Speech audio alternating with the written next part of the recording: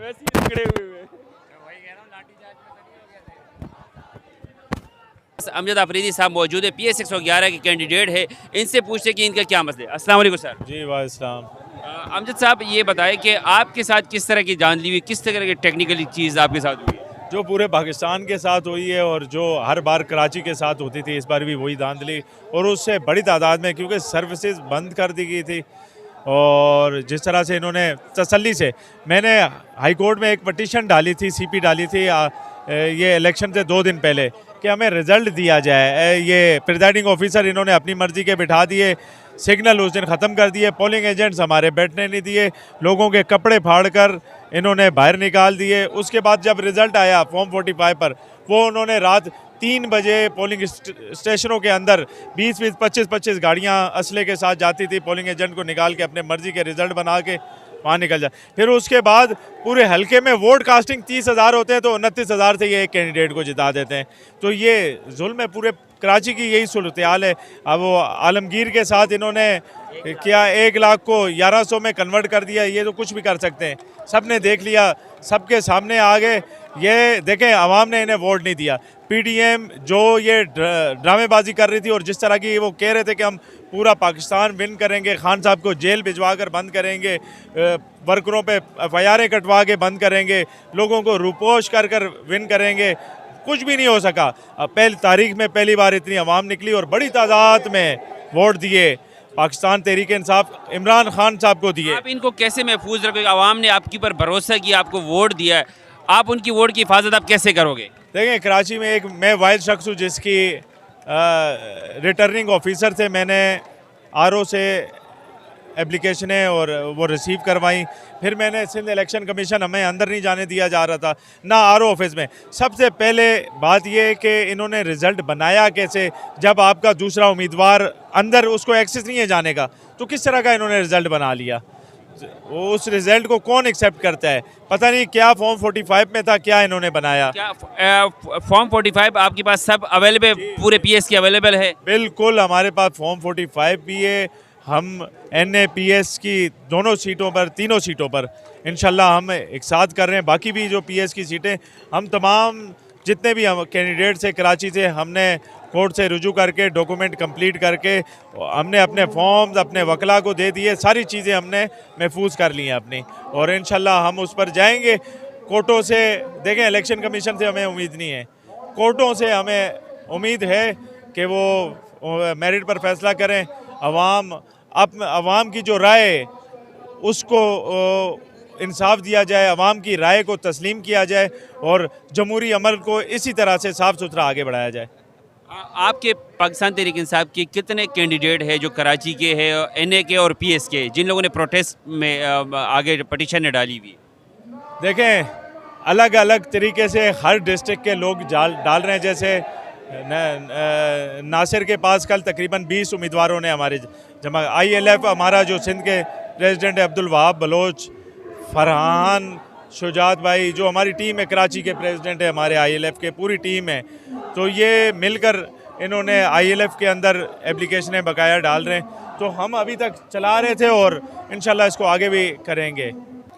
देखिए, इसकी वजह मुझे लगता है आप सब लोगों को मालूम है बहुत अच्छे से कि किस तरह धांधली हुई है, कितनी ज़्यादा धांधली या पूरे पाकिस्तान में हुई है। यहाँ कराची में MQM और पीपल्स पार्टी वालों ने जो धांधली की है, सबके मैंडेट चोरी किए हैं। आलमगीर स्पेशली, उसके लिए मैं बोलूँगी, गुलशन इकबाल से हैं, तो उनके साथ कितनी बेईमानी हुई है। और फिर आप सबसे पहले देखें कि जब PTI जीत चुकी है, और मेरा ख्याल में जो सारी आवाम निकली है वो निकली ही इमरान खान के पीछे, तो जब वो जीत चुके हैं तो फिर इस तरह से क्यों किया जा रहा है? मुझे नहीं लगता कि इस तरह करना चाहिए, और इमरान खान को वज़ीर आज़म बनने देना चाहिए। और इससे पूरा मुल्क जो है वो तबाह बर्बाद हो रहा है, सिर्फ अपनी अना की खातिर, अपनी ज़िद की खातिर। जिस तरह से उन्होंने बोकस वोट डाले हैं, क्योंकि किसी ने देखे नहीं है, सब ने देखे हैं, प्रूफ के साथ देखे हैं। जब भी तो उस दिन उन्होंने नेट बंद कर दिया ताकि किसी को कुछ पता ना चल सके सच्चाई क्या है। तो चाहिए कोर्ट को कि वो इंसाफ करे, और मुझे नहीं लगता कि अभी तक कोर्ट इंसाफ कर रही है। उसका काम है कि आवाम जो चाह रही है वही फैसला होना चाहिए, और आवाम के आगे सिर्फ इमरान खान का नाम है, किसी का नाम नहीं है। तो हमारी सीट जीते हुए है, कराची में नहीं पूरे पाकिस्तान में इन लोगों ने ये हमसे कब्जा करके लिया है।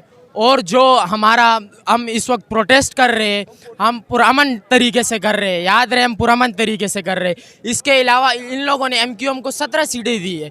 17 सीटें किधर से, इतने बंदे तो एमक्यूएम में है ही नहीं, वो लोग परेशान है। 17 सीटें इनको कैसी दी गई। पूरे पाकिस्तान में इस वक्त जो सूरत हाल है, केपी के अलावा सब जगह पे इन लोगों ने धांधली की, और धांधली के बावजूद भी केपी में आप जीते हो तो मतलब धांधली नहीं हुई, बाकी जगह धांधली हो गई। बाकी जगह धांधली हुई। केपी के खैबर पख्तूनख्वा पख्तूनों के इलाके में, उधर ये लोग ऐसा काम नहीं कर सकते। वहाँ पे पठान बसते वहाँ पे। वहाँ इन्हें 230 मलिर से आए, पारम 45 के मुताबिक हमारे पास 44,670 वोट है और मुखालिफ के पास सिर्फ 30,000 वोट है।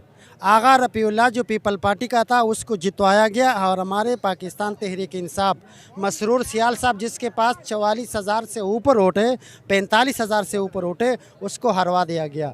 क्या ये इंसाफ है? आगे भी जाएंगे और दुनिया को बताएंगे कि ये इलेक्शन कमीशन भी गद्दार है और हम इस इलेक्शन को ही नहीं मानते। इस टाइम पे जो हमारे साथ हुआ है, हम उसको धांधली नहीं बल्कि डाका बोलेंगे। जो हमारे हक पे डाका डाला गया है, लेकिन हम अपना इलेक्शन कमीशन ऑफिस के बाहर अपना एहतजाज रिकॉर्ड करवा रहे पुरअमन तरीके से। हमें अपनी अदलिया से, अपनी अदालतों से, अपने इदारों से पूरी उम्मीद है कि वो हमें ज़रूर इंसाफ देंगे। और इसके अलावा हम यहाँ पे पुरअमन तरीके से अपना एहतजाज रिकॉर्ड करवा रहे हैं अपने चेयरमैन की कॉल पे। इसलिए आए हैं क्योंकि जो हमारा मैंडेट चोरी हुआ है, इमरान खान का वोट चोरी है, वो उसका हक वापस लेने आए और वो इंशाल्लाह हक लेके रहेंगे हम। तो आपको उम्मीद है कोर्ट से या इलेक्शन कमीशन से? उम्मीद तो नहीं है, लेकिन कोशिश हम लोग कर सकते हैं और अल्लाह पाक ने भी बोला है कोशिश जो करता है वो हमेशा कामयाब होता है। तो इंशाल्लाह कामयाबी ज़रूर मिलेगी और हम हक और सच के साथ खड़े। थैंक यू जी। पूरे पठानों की बरादरी लेकर है ना एमक्यूएम में दोबारा घुस गए कि हमारे साथ पठानों की भी तादाद हो।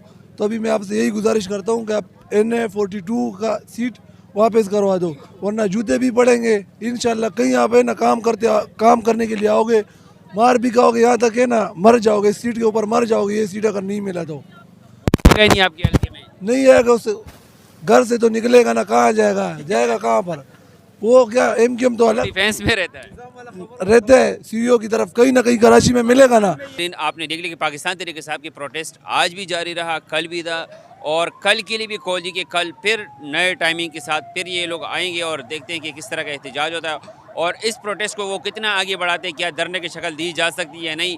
तो चले अगली वीडियो का इंतज़ार करें। Thank you so much.